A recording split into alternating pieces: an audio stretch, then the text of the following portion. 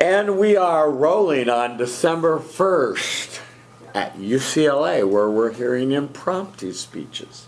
It's a beautiful day in Los Angeles. The sunshine is shining. What else would it do? And today we're going to hear a speech from Jeremy Daniels.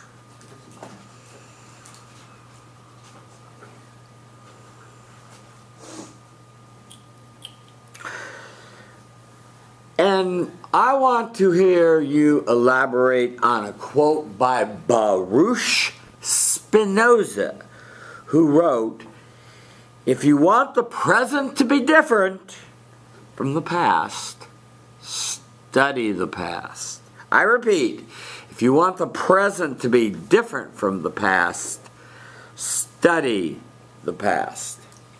I'd like to have you guys consider an alternative quote too, as well, as it was uttered by a former U.S. president.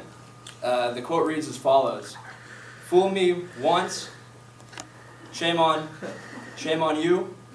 Fool me, can't be fooled again." Now this incredibly butchered quote, as uttered by former President George W. Bush, was meant with the best of intentions, though, as Sheehan earlier pointed out, he's quite the rhetoric expert. President Bush was attempting to basically touch on the fact that if we do not learn from our past mistakes, we will not grow and move forward. Very much for the same reason that they put erasers on pencils. People make mistakes. It's a human trait. It happens every single day. But what matters about the mistake, like my father always told me, isn't the mistake you make, but what you go on to do about that mistake. I'm going to give you guys 3 examples of history repeating itself, but I implore you to look within yourself and think about instances when you made mistakes and were able to turn some that could have been a really negative thing into a positive. I want to give you guys examples that could have been followed by the all too often referenced Adolf Hitler. I want to give you an example that the United States might currently be falling into, once again referencing the all too referenced Adolf Hitler. And then lastly, I would like to give you guys a reference that is a little bit more modern to today. One that I care deeply about has to do with the fact that the National Football League and teams in the National Football League have a tendency to make the same mistake in which they overpay for players based on what they have done in the past and not what they will do in the future. So, as I stated, I'd like to begin with talking about the importance from learning from our past in order to avoid making the same mistakes of the past. And one such example includes Adolf Hitler. Had Adolf Hitler learned from the past, the Holocaust, World War II, might have turned out in an entirely different way. Adolf Hitler thought that by leaving to go and invade Russia on June 22nd, 1941, he would be able to complete a war against the Russians by the time winter came along. Because of this, Adolf Hitler didn't feel the need to prepare his troops with cold weather material. He did not feel the need to prepare his troops with the type of supplies that it might take to go and fight the vast nation of Russia. And he did not prepare his troops for what was going to eventually be a much longer war than he had originally signed up for. Now, had Adolf Hitler simply learned from history, these mistakes might have never occurred. Because on June 24th, 1812, Napoleon Bonaparte made the exact same error. He thought that he could invade Russia as well, and he expected to do so before the time that winter would come and eventually play into the Russians' favor. Now, Napoleon, like early on in Germany's raid, they were successful. The Russians continued to retreat, and while they did so, they scorched the earth behind them, leaving the Germans little supplies to keep them alive as the war waged on. Eventually, the French found themselves in a position very similar to the one that the Germans would eventually find themselves in, where they're in a large, frozen tundra with limited supplies and limited preparation for such extreme temperatures. So, although me, much like most of you guys, are very, very glad that Hitler wasn't able to learn from this mistake, he was destined to repeat it, and eventually Germany would fall. The second example of the history potentially repeating itself if we fail to learn from our mistakes is actually upon us right now. As many of you guys remember from our studies of the Holocaust growing up, the United States had an opportunity to accept refugees from Germany, to accept Jewish refugees from Germany. The MS St. Louis approached the United States border before the Holocaust ever began, and the United States turned its back on these people. They sent them back to go to Germany, where they would eventually die with what has been predicted to be upwards of 11 million people. Now here we are today in a very similar situation as America found itself at that time. 5 years removed from a Great Depression economically, and in a situation of great world turmoil. Today we find ourselves battling with issues of terrorism abroad, of racism at home, and this is all very similar to what the United States looked like back in the time of World War II. Now today we are faced with the opportunity to accept refugees from Syria and other parts of the Middle East. And as we stand currently, many politicians are looking to turn their backs on these people once again and ultimately risk making the same mistake as has been made in the past. And lastly, I would like to touch on the fact that the National Football League has a tendency for teams to entirely overbid on players for what they have done in the past and not for their potential to be great in the future. This is a trend that's true for all sports, but I would like to focus on the NFL specifically. In 2009, the Washington Redskins paid Albert Hainsworth $10 million, or $100 million over 10 years, $100 million over 10 years to play football for their franchise. What they did not expect from Albert Hainsworth is that he would show up to camp entirely overweight, fail the physical, play in a shortened season, and put up all-time career lows. The Washington Redskins would ultimately cut Albert Hainsworth at the end of the season, but still have to front the bill that they had offered him. Now you would expect teams to learn from situations like this and mistakes like this, but even this past season, we continue to see the same trend. The Dallas Cowboys overbid on Greg Hardy, a football player whom you may know as the man who pushed his girlfriend onto a pile of assault rifles and other weapons and was surely a risky candidate to have in your business or franchise, but didn't stop the Cowboys from giving him a contract extension to come play for them. Though he played on a shortened season, his issues have already become a huge distraction for the team, where he's been seen on the sidelines starting fights and causing other such drama that takes away from the ultimate success of the Cowboys organization.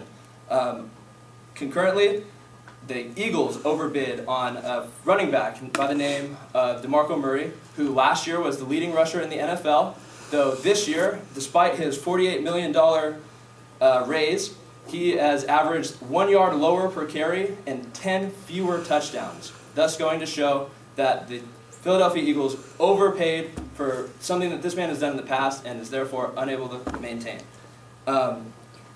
In review, I have provided you guys with 3 situations in which nations or sports teams have failed to learn from past mistakes in order to have more success in their future.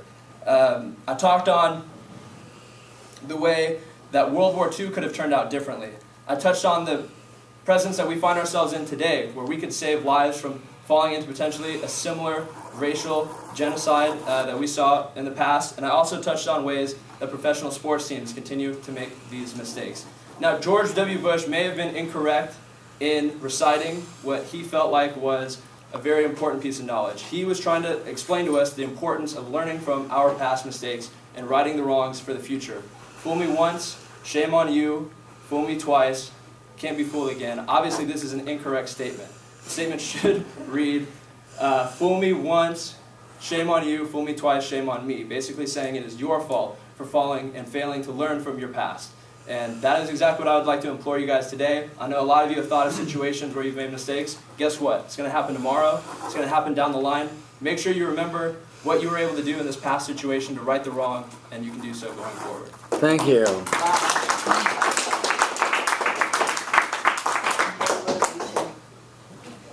Hello, I'm Marissa. Marissa. I really liked your speech. I liked how you used different examples for different sectors. Like you used the athletic field, you used the past, and you also used the present, so we were able to relate for each topic. And then I also liked your conclusion. It was very inspiring and self-motivating. So good job. Thank you. Part-time improvement. One improvement I would like to see is a better significance statement towards the beginning. Yeah. And yeah, just something personal that, attracts us and why we should care. Yeah. Okay, fair enough.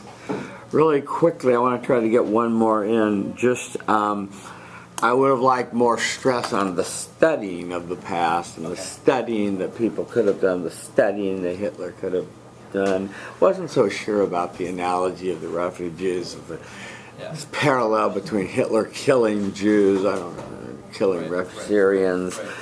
NFL went on a little too long. He went 8 minutes, but anyway, when you wear a big oversized jersey like that, roll your sleeves up so because we couldn't see your hands gesturing. Other than that, you did a good job. Thank you. Thank you. Okay, if somebody else want to go today and get it done.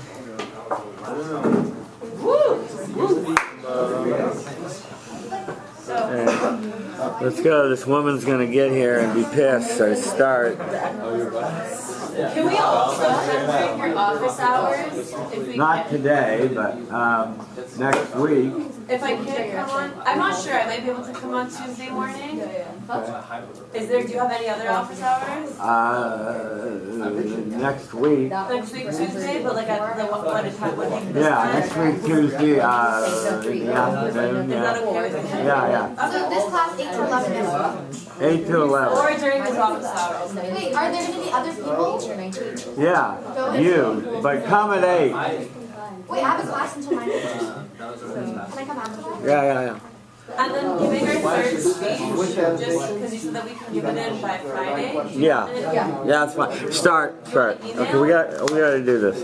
That woman's going to show up. In this classroom, right?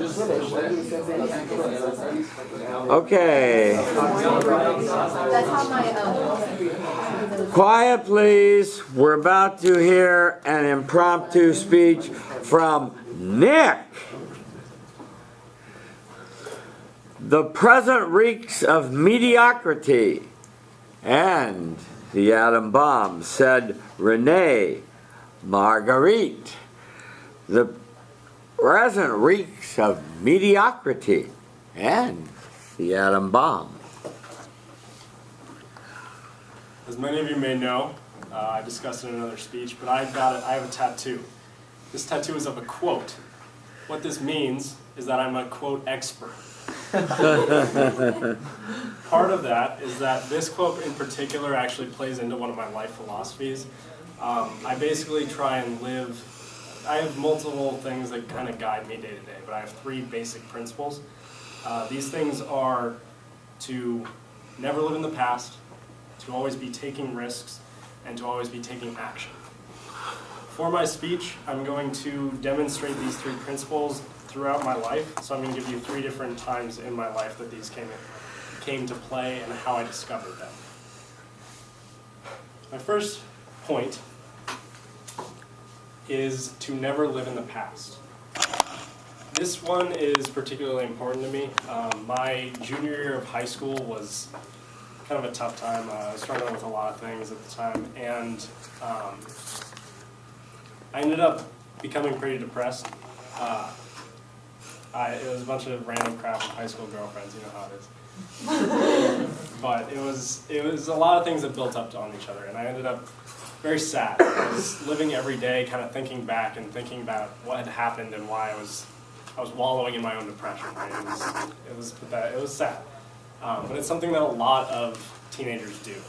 And eventually I kind of realized that I didn't want to live in this way anymore, and I wanted to be better. I didn't want to be sad every day. I didn't want to be going to sleep thinking about some girl who did dumb stuff and hurt me, but that didn't matter anymore. I couldn't change that, so I needed to move on. This is where I took on this principle of never living in the past and trying to always move forward with my life. And that's probably one of the most important aspects for me. My next point happened my freshman year of college. It's a little bit more recently, you know. After my initial bout with depression, I kind of got rid of it for the most part. I was very happy my senior year of high school. And then I ended up coming to UCLA, right? It should make you super happy. You should be pumped. It's an amazing place, amazing school, amazing weather. nothing like I had in Seattle, but it was a little hard for me. It was a new state, like an entirely new state. I didn't know anyone here, and it was hard for me to make friends. What this led to basically was I was pretty lonely at the time, and after the second round of midterms and spending my 19th birthday alone in my room, I realized that I wanted to change that, right? I needed to do something about my life to make myself happy again. And this is where I took on my second idea of taking action. I was on the rowing team at the time, but I was not really going to practice very much.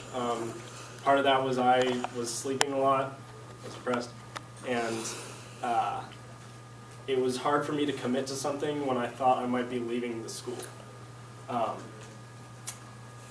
I ended up talking to my dad over break, and he told me that there was no point in doing something if I wasn't going to do it 100%, and he told me that I could basically pull through this. So I decided to throw myself into rowing. I decided to throw myself into my new classes come winter quarter, and I took action to go to practice every day at 5 a.m., right? It's difficult, but it was something I knew I had to do if I wanted to change. And I ended up making an amazing group of friends. I overcame my second battle with depression, I guess, and instead of spending dinners alone in Deneb Dining Hall in the corner table, doing whatever, on my phone probably, I was sitting at a table in the middle of B plate with a group of friends who were all laughing and having a great time, and it made me happy again. My third point is to take risks. And this one is even more recent. This story comes from last year, actually. The end of my freshman year and the beginning of my sophomore year. The end of my freshman year, I would see this girl all the time. And this girl, I didn't think she was hot, but that's only because I thought she was absolutely stunning. Just was like, wow, that's impressive. What you got going on? And I never talked to her, right? I saw her all the time. I saw her constantly. I never talked to this girl. It was something that I really regretted for my freshman year. And I made an effort at one point. I was at Wooden working out for rowing and stuff, and I finished my workout, and then she entered. So I stayed for another hour, doing some cardio. And then finally when she's walking out and I'm trying to go talk to her, a couple of friends walk up and they're like, "Hey, Nick!" And they ruined my chances, because they were bad people. In reality, they had no idea. But come my sophomore year, I actually saw this girl handing out samples of Kind bars outside of Ackerman. And I went up, I got a sample, I was super proud of that. And I went into Ackerman and bought random school supplies. Then convinced myself to take the risk and to go outside and talk to her. Asked her out, turns out she had a boyfriend, but I was happy with taking that risk and pushing myself to do that. It was something that I was very proud of and happy with, and it was kind of a moment change, right? I decided that that would be kind of the third principle for my life. In summary, the quote, "The present reeks of mediocrity and the atom bomb," speaks to me because mediocrity is the enemy of action.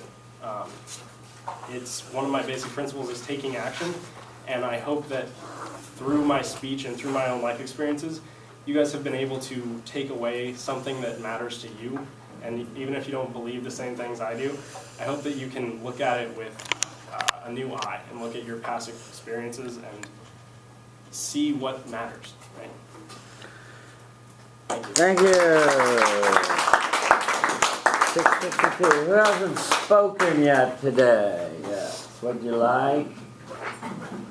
So, hi you guys, I'm Cody. Hi, So, Cody. Hi, Cody. I liked that you made it, I liked the story aspect of it, and I thought that it was pretty unexpected for some of the things, especially like knowing you. And also kind of jealous that B play exists when you're a freshman. I didn't think it exists until like the third year. But yeah, it was good story. Thank you. Improvement. Improvement. Yeah. Me? Yeah, Bridget. Oh man, I don't know what to say. You're so cute. We have to hear from you again. Oh god, you guys too much today. Improvement, I don't know. It was so good, it was so personal, and like I think that everyone was paying attention just because it was like you out there like bearing your soul, so it's hard to get distracted. I really don't know any kind of improvement.